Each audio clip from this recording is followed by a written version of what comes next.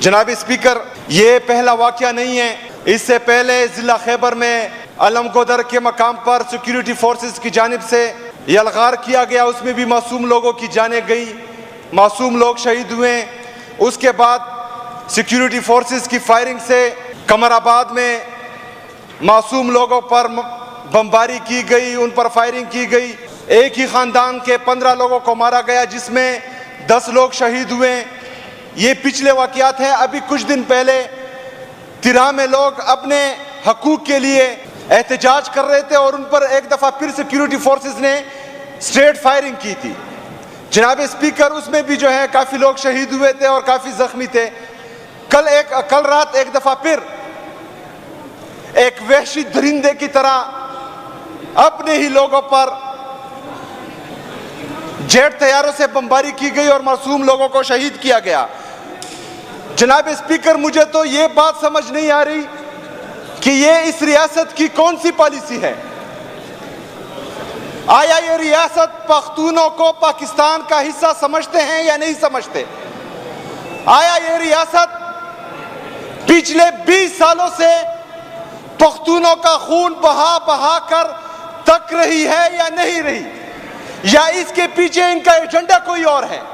जिस तरह बलूचिस्तान में आजादी की तहरीकें शुरू हुई, जिस तरह सिंध में सिंधी द्वेष का नारा लगा, जिस तरह पंजाब में जाग पंजाबी जाग का नारा लगा, इस तरह पख्तूनों को भी एक तरफ लेके जाया जा रहा है या नहीं? ये हमारी मुहिब्बुल वतनी को टेस्ट किया जा रहा है या नहीं?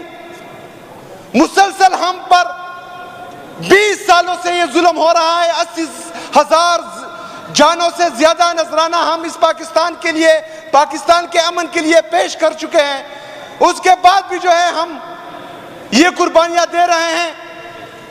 कुछ दिन पहले ख्वाजा आसिफ का बयान आता है कि अफगानिस्तान हमारा दुश्मन मुल्क है। उसके बाद अमेरिका के प्रेसिडेंट का बयान आता है कि अफगानिस्तान में हमें एक दफा फिर एयरबेस चाहिए। अगर 9/11 के बाद एक पॉलिसी बनी जिसमें पख्तूनों का सौदा किया गया, उनके सर का सौदा किया गया, और आज एक दफा फिर अमेरिका अफगानिस्तान में कुछ जा रहा है और हमें एक दफा फिर ईंधन बनाया जा रहा है, तो हम वाज़ेह अल्फाज में ये पैगाम देते हैं कि हमारे पख्तूनों का खून मजीद हरगिज सस्ता नहीं होगा, हमारे पख्तूनों का खून हरगिज नहीं बहेगा। हम पख्तून अपने हक के लिए खड़े भी होंगे, पुरअमन एहतजाज करेंगे भी। अगर ये चाहते हैं कि हम आज़ाद पुख्तनिस्तान का नारा लगाएं, पाकिस्तान से आज़ादी का नारा लगाएं या कोई और नारा लगाएं, तो ये इनका वहम है, ये इनका ख्वाब अधूरा रहेगा। हम पाकिस्तान जिंदाबाद का नारा लगाते थे, लगाते हैं और लगाते रहेंगे इंशाअल्लाह ताला। ये पाकिस्तान हमारा है, किसी के बात की जागीर नहीं है कि वो जब चाहे जो है पख्तूनों का खून बहाए। जनाब स्पीकर, ये सिलसिला अब रुकना चाहिए। हम भी कोशिश करते हैं, हमारे यहां कैबिनेट मेंबर्स बैठे हुए हैं, मैं जितने भी हमारे हुकूमती अरकान हैं और जितने भी हमारे इस हाउस के अरकान हैं, एक पॉलिसी बनानी चाहिए, एक कानून बनाना चाहिए कि जो बंदा भी किसी मासूम की जान ले उसके खिलाफ FIR ऑटोमेटिकली दर्ज होनी चाहिए। कोई भी कानून से बालातर नहीं होना चाहिए। इधर एक आम बंदा झगड़ा भी करता है तो इस पे FIR हो जाती है, उसको जेल भेज दिया जाता है। इधर रियासत पर काबिज जालिम लोग 25-25 लोगों का खून चूस रहे हैं और उनके खिलाफ कोई कार्रवाई नहीं हो रही। ये कैसा इंसाफ है? हमें कहते हैं कि इनके खिलाफ FIR आप दर्ज करें। किसकी मुद्दियत में होगा? कौन मुद्दी बनेगा? उनको डराया जाता है, उनको धमकाया जाता है। इधर एक SHO की क्या हैसियत है, उसकी औकात क्या है कि वो इनके खिलाफ जाए? मैं आपसे पूछता हूं स्पीकर साहब कि SHO तो छोड़े, SHO बड़ा है या चीफ जस्टिस ऑफ पाकिस्तान बड़ा है? कौन बड़ा है? किसका ओहदा बड़ा है? यहाँ चीफ जस्टिस ऑफ पाकिस्तान, हमारे जजेस जितने भी हैं वो एक चिट का इंतजार करते हैं, उनके खिलाफ जो है वो फैसला नहीं दे सकते चिट के बगैर। एक SHO की इतनी हैसियत है कि वो किसी वर्दी वाले के खिलाफ FIR काटेगा। हम तो करेंगे, लेकिन जो मुद्दे आता है उनको डराया धमकाया जाता है, वो जो है पीछे हट जाता है। जनाब स्पीकर, इसके खिलाफ तमाम हाउस से मैं ये अपील करता हूं कि इंशाअल्लाह ताला हुकूमत की तरफ से हमारे जितने भी यहां अरकान हैं, हम सब कोशिश करेंगे इंशाअल्लाह ताला और भरपूर कोशिश करेंगे कि जब भी किसी आम पाकिस्तानी की, किसी आम शहरी की मौत होती है, शहादत होती है, जान जाती है, तो जो बंदा उसका जिम्मेदार हो उसके खिलाफ जो है ऑटोमेटिकली FIR होनी चाहिए। या कौमी असम्बली में हमारे अपोजिशन लीडर के साथ क्या कर रही हैं, इधर तो आप जो हैं जनाब शफी जान साहब का माइक बंद करके अपोजिशन लीडर को बोलने का मौका देती है, जो पाकिस्तान तहरीक इंसाफ पर तनकीद करती हैं, लेकिन वहाँ पर जो है हमारे अपोजिशन लीडर को अरेस्ट करते हैं। मैडम स्पीकर साहिबा, यहाँ पर हमारे स्पीकर साहब जमहूरी बनने के लिए इनको बोलने का मौका देते हैं, लेकिन फेडरल गवर्नमेंट इनकी है और हमारे स्पीकर साहब जो कस्टोडियन ऑफ द हाउस है वो अडियाला जेल जाते हैं इमरान खान से मिलने के लिए, तो उनको वहाँ जो है मिलने नहीं दिया जाता। लेकिन यहाँ पर एक अपोजिशन का बंदा जो है उसके हक में बात नहीं करता कि उसके साथ ज्यादती हो रही है, और ये खैबर पख्तूनख्वा 4.5 करोड़ आवाम की बेइज्जती है, सिर्फ एक स्पीकर साहब की बेइज्जती नहीं है। हम तो चाहते हैं कि ऐवान मुकद्दस रहे।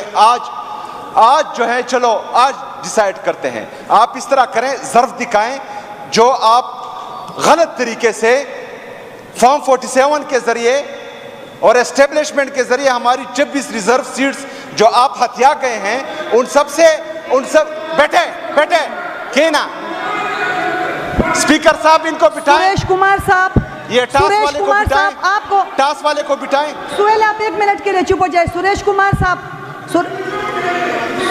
सुरेश कुमार साहब, मेरे ख्याल से आपको मुझे लड़ाई के लिए भेजे गए हैं। प्लीज सुरेश साहब, वरना मैं 227 सिर्फ आप पर अप्लाई करूंगी। अभी समय आप पर 227 अप्लाई करूंगी। आप सिर्फ लड़ने के लिए आए हैं, पूरा माहौल आप खराब कर रहे हैं। सुने ना आप सुनने की सलाहियत के फिर जवाब दें, अपने बारी में जवाब दें। बैठे सुरेश साहब, बैठे सुरेश साहब, भाईजान मैं हल बता बैठे सुरेश साहब, हल बता रहा हूं। मैडम स्पीकर साहिबा, हल यही है ना, क्योंकि हमने जमहूरियत को मजबूत करना है। जो लोग गलत तरीके से आए हैं वो ऐवान की तकद्दुस को बहाल रखते हुए इस ऐवान से निकल जाएं। हकीकी जमहूरियत के जरिए ऐवान में आए, हम भी उनकी कदर करेंगे और लोग भी उनकी कदर करेंगे। अवाम का ये एतबार है इन पे कि ये जो बोलते हैं, ये जो करते हैं, ये जो कहते हैं, ना अवाम इनको सुनती है, ना देखती है, ना इनको वोट देती है। पूरे पाकिस्तान में सिर्फ 17 सीटें ये जीते हैं, तो ये तो इनकी मकबूलियत का हाल है। मेरे दोस्त एजाज साहब ने बात की कि यहाँ पर जो पख्तून कौमी जरगा हो रहा था, हम रात के 4-4 बजे तक उसको पुरअमन तरीके से वाइंड अप करने के लिए हमारे अपोजिशन बेंचेस भी, हमारे ट्रेजरी बेंचेस भी, हमारी सूबाई गवर्नमेंट भी उसमें सुबह 4-4 बजे तक मीटिंग कर रहे थे। मैडम स्पीकर साहिबा, यहाँ पर अमन और अमान के हवाले से जो इजलास चल रहा था बेहतरीन चल रहा था।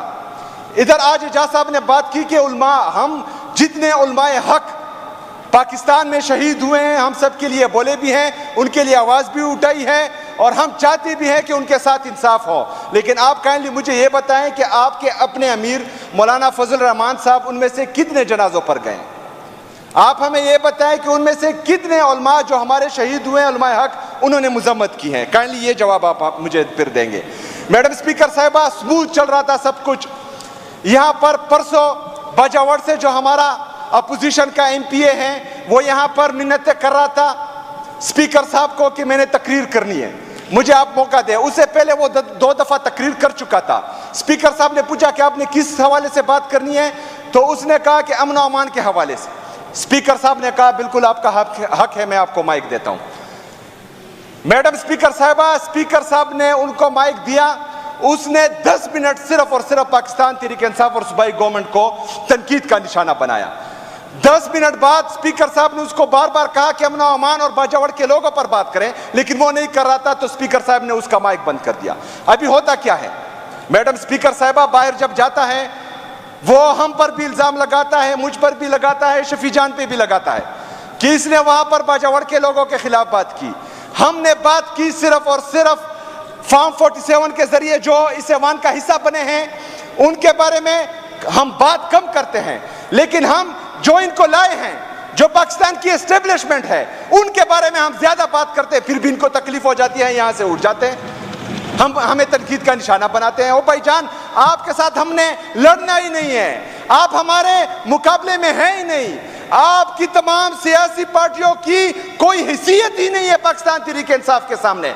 हमारा मुकाबला उसके साथ है जिन्होंने इमरान खान साहब को अडयाला जेल में कैद किया हुआ है। हमारा मुकाबला उनके साथ है जो 26वीं आईनी तरमीम के जरिए पूरे अदलिया को मफलूज कर चुके हैं। हमारा मुकाबला उनके साथ है जो लंदन प्लान के तहत पाकिस्तान में जमहूरी हुकूमत को जो है रजीम चेंज ऑपरेशन का हिस्सा बनाते हैं। हमारा मुकाबला उनसे है जो लंदन प्लान के तहत यहां पर पाकिस्तान में एक दफा फिर दहशतगर्दी लाते हैं, एक दफा फिर पख्तूनों के सर का सौदा करते हैं, एक दफा फिर यहां पर दहशतगर्द लाते हैं, यहां पर दहशतगर्दी लाते हैं। हमारा मुकाबला उनसे है, हम उनके बारे में बात करते हैं, आप लोग यहां से खड़े हो जाते हैं, हमें तनकीद का निशाना बनाते हैं। ओ भाईजान, या आप खुद मुकाबला करो उनका, हम आपका साथ देते हैं। या हम मुकाबला कर रहे हैं पाकिस्तान में जमहूरियत की बहाली का, पाकिस्तान में आजाद अदलिया की बहाली का, पाकिस्तान में आईन और कानून की बालादस्ती का, आप हमारा साथ दें। हम मैं दावत देता हूं, आप हमारा साथ दें। मैडम स्पीकर साहिबा, अमन अमान पर बातें हुई। आज मैं खुसूसी तौर पर, क्योंकि इमरान खान साहब पाकिस्तान का सबसे मकबूल तरीन लीडर है, वो जेल में है, उनकी एहलिया जो गैर सियासी हैं उनको बिना हक कैद किया हुआ है। मैडम स्पीकर साहिबा, इमरान खान सियासी कैदी है, लेकिन उसके साथ दहशतगर्दों जैसा जुल्म हो रहा है जेल में। उसको साफ पानी नहीं दिया जा रहा, उसको उज़ू के लिए साफ पानी नहीं दिया जा रहा, उसको पीने के लिए साफ पानी नहीं दिया जा रहा, उसकी किताबें बंद हैं, उसका अखबार बंद है, उसको एक्सरसाइज करने नहीं दिया जा रहा। इस तरह जो गैर सियासी उनकी एहलिया है बुशरा बीबी, उनके साथ जो है जेल में नारवा सलूक हो रहा है। उनको भी जो है साफ कपड़े नहीं दिए जा रहे, साफ पानी नहीं दिया जा रहा, ना पीने के लिए ना वुजू के लिए। यहाँ पर हमारी जो गलत तरीके से ये इस ऐवान का हिस्सा बनी हमारी बहनें, बुशरा बीबी तो एक औरत है, उनके लिए आवाज उठाएं। जो पंजाब की जाली वज़ीर आला बनी हुई हैं, कम से कम उनको गैरत दिलाएं कि बुशरा बीबी गैर सियासी भी हैं और वो जो है एक पर्दादार खातून है, कम से कम उसका लिहाज तो रखें। मैडम स्पीकर साहिबा, उनके साथ तो जुल्म हो रहा था। इमरान खान का भांजा हसन नियाज़ी, उनको झूठे ट्रायल में, झूठे मिलिट्री ट्रायल में जो है 10 साल की सजा हो गई। वो जुल्म था, हो रहा था। उनकी बहनें जब अपने भाई से मिलने जाती हैं अडयाला जेल, वहां पर वो धूप में, सख्त गर्मी में उनको खड़ा कर दिया जाता है, उनको वहां पर ख्वार किया जाता है, फिर अपने भाई से मिलने के लिए नहीं छोड़ा जाता उनको।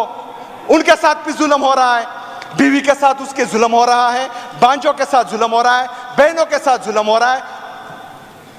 क्यों? सिर्फ एक आदमी, जनाब इमरान खान साहब को तोड़ने के लिए। कल अलीमा बाजी के घर पर सादा कपड़ों में मलबूस दहशतगर्द, क्योंकि सादा कपड़ों में जितने भी चादर और चार दीवारी की पामाली करते हैं वो सबसे बड़े दहशतगर्द होते हैं। सादा कपड़ों में जो चादर और चार दीवारी की पामाली करते हैं वो पाकिस्तान के सबसे बड़े दहशतगर्द हैं। कल अलीमा बाजी के घर में उन्होंने जो है चादर और चार दीवारी की पामाली की, उनके एक बेटे शाहरेज को वहां से उठाया, अगवा किया। आज तक जो है उसको पेश नहीं किया जा रहा था अदालत में, आज पेश किया गया। उसके बाद जो है वो दूसरे बेटे शेरशाह को भी उठा लिया। मैडम स्पीकर साहिबा, ये तो फिर भी बालिग हैं। अलीमा बाजी के 2 बेटे, माइनर 10 साल की मनहा को कल उठाया गया था। किस जुर्म में कि आप मिठाई क्यों तकसीम कर रही है? उसके छोटे भाई जो 4-5 साल का है उसको उठा लिया गया था। हम ये पूछते हैं कि आप पाकिस्तान को, पाकिस्तानी अवाम को, हम तो एक नस्ल हैं जो गुजर जाएंगे।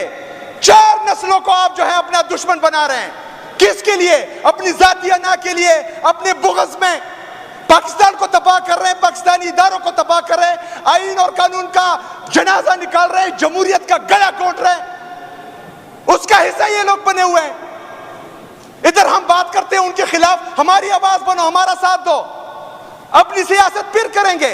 लेकिन जो जिम्मेदार है 78 साल से इस पाकिस्तान की तबाही का, अगर उसके खिलाफ हम उठते हैं, बोलते हैं, बात करते हैं, आप हमारा साथ दें, हमारी बात रोकने के लिए यहां पर चीखे ना मारें।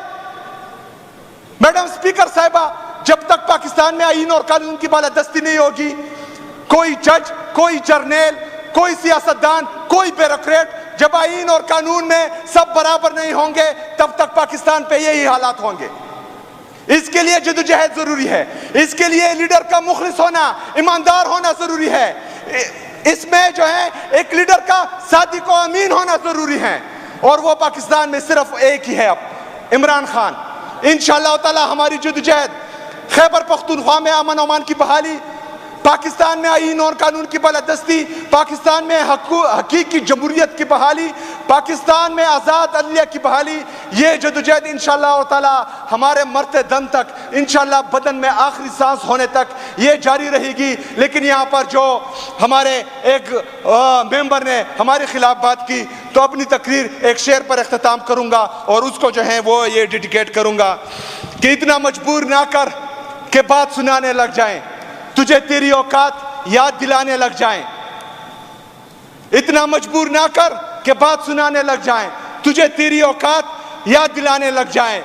किसे सुना, किसे सुन हमारी बहादुरी के, अगर तुम्हें बताने लग जाएं तो तू हमारे पैर दबाने लग जाएं। जनाब स्पीकर, जमहूरियत के 3 सुतून हैं। सबसे पहला लेजिस्लेचर, फिर एग्जीक्यूटिव और उसके बाद जुडिशरी। बदकिस्मती से पाकिस्तान की जो कौमी असम्बली है वो जाली है। सेनेट है, उसमें खैबर पख्तूनख्वा की नुमाइंदगी बिल्कुल है ही नहीं।